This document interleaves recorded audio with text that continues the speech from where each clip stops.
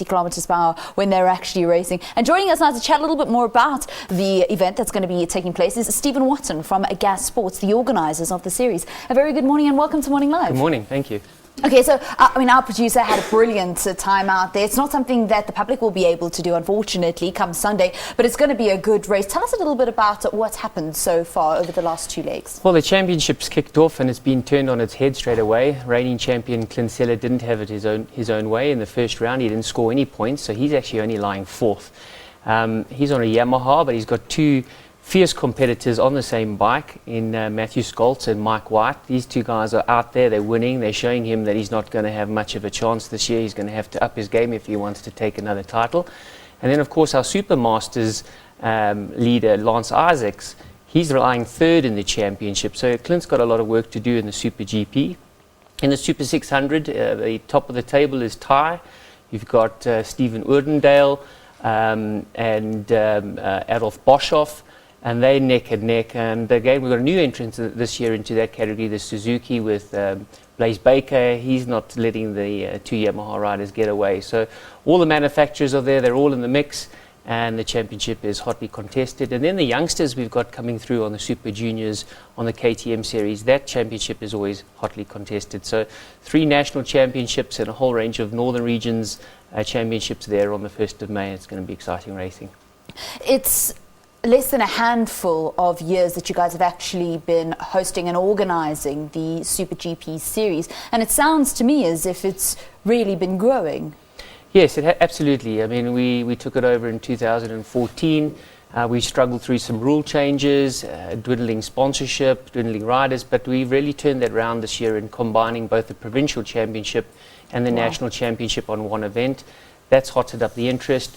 Internationally, there's a lot of interest in the sport, and South Africa is making its mark there now. So there really is a rejuvenation in superbike racing. We've always tried to give the national championship an international feel and put some of the international trends into the championship, which is working for us. So we're the 3rd year into our turnaround strategy and it seems to be working. You speak about things happening internationally, which has piqued the local interest. Brad Binders comes to mind after having won a world championship race at Jerez in Spain just a couple of days ago in Moto3. I mean, it's the first time that we've actually seen a world championship win for South Africa in many, many decades. What do you think that's going to do for the sport? And have you noticed in this last week that people are now all of a sudden excited and they want to find out more about what's happening locally? Yeah, absolutely. So, I mean, Brad Binder and his brother have come up through our championship, and Brad's overseas now. First South African, he's 20 years old to win a Grand Prix since 1981, so over 3 decades. And that does lift it, you know. I mean, motorsport, particularly superbike racing, is exciting, it's great to watch, but it hasn't got the following of rugby, cricket and football, our top 3. And to have somebody flying the flag internationally, not only did he win, but he won from starting 35th, last on the grid, and managed to win the race by 3.5 seconds. So he's a Rossi of the future, except he's got a South African flag on his back. And that brings interest into the sport. People start to watch, they start to look at the South African Championship.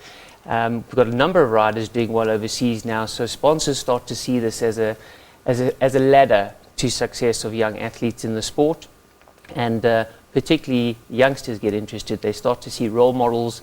There's a patriotism that comes behind that. So it can really refuel a sport, and it's just what we need right now. It certainly is. Well, good luck with this weekend's events, and thank you so much for taking our producer out on the bike.